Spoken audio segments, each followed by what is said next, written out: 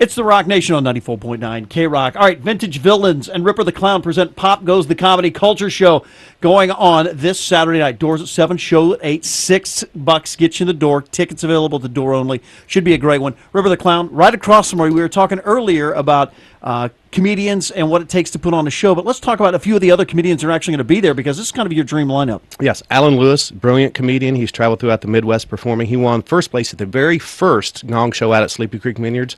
And let me tell you, Alan really brings down the house whenever he performs. Someone you're familiar with, KROCK's Rick Omundson, will be on the show. We go, and I want to throw this in. Rick and I have a great verbal battle on and off there. I love Rick Omundson. Rick Omundson's kind of like Kevin Bacon. Everybody knows somebody who knows Omundson if they don't know them personally. Yeah, and you know what? What hasn't he done, and what doesn't he do in the local live entertainment scene? Yep. He's just one of the most versatile performers I know. He started the comedy scene in Central Illinois. He's not really given credit for that very often. I'm giving it to him right now, and he's just really a living legend in this area. He truly is. Wait a minute. Okay, legend? Legend, Omundson, you got it on my show. Congratulations. Yes.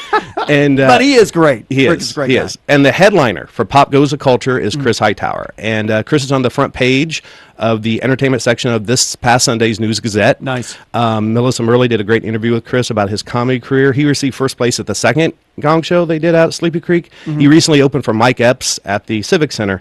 Nice. And, you know, I've been told by so many people going around town promoting, you know, in the town and the surrounding communities promoting the show, everyone knows Chris. And they may have not seen him on stage, but they've seen him on other stages because, you know, he's performed. The whole world has been Chris's stage throughout the years. Sure. And he's only been doing comedy for a couple of years, and it's like he has been doing it all of his life.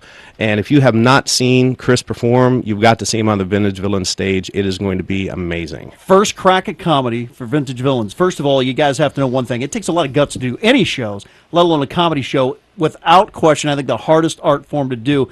Pop Goes the Culture Comedy Show. Chris Hightower, Ripper the Clown was just talking about having Saturday down at Vintage Villains, 126 North Vermilion.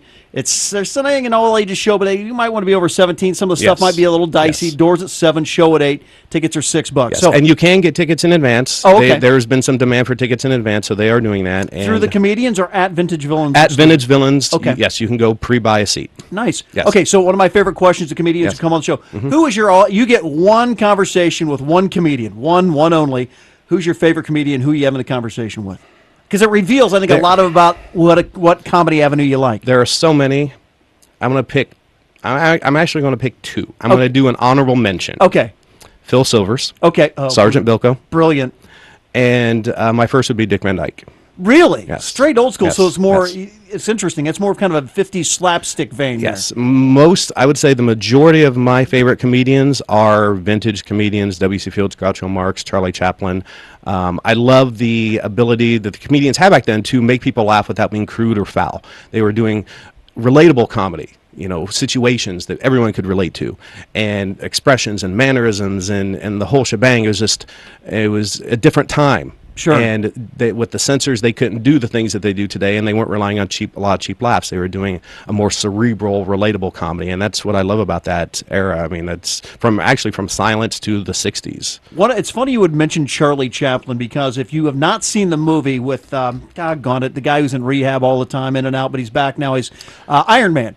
Robert Downey Jr. Yes, he does a brilliant job of portraying Chaplin, and it's a great movie. And if you have no appreciation for old school, he was kind of like the Beatles, meaning he went from the silence to the talkies and was actually a great producer. People don't realize it about Chaplin. And he was actually doing silent films during talkies because he did not want to leave that art. It's great stuff. It's true art. I'm serious. It takes a lot of guts to do a comedy show. Get out and support this stuff. Vintage Villains, Ripper the Clown, Pop Goes the Culture Comedy Show this Saturday, 126 North Vermilion. Doors at 7, shows at 8, $6. And if you want to check out the event page on Facebook, you can go to that for more information. You can check out the commercial we did on my YouTube channel, Ripper the Clown Show. It's a trailer for the show. It's a trailer for my channel. If you go to my channel, it immediately load. It features all the comedians from the show. And in the last scene, me and Alan Lewis, we kidnap Rick Omundson from Karaoke Night at the 610. It's one of my favorite scenes of all time. Go to this show. It's going to be a great time this Saturday. It's the KROCK Low Dose Show of the Week. It's a Vintage Villains. Thank you, Ripper. Appreciate it. Thank you so much.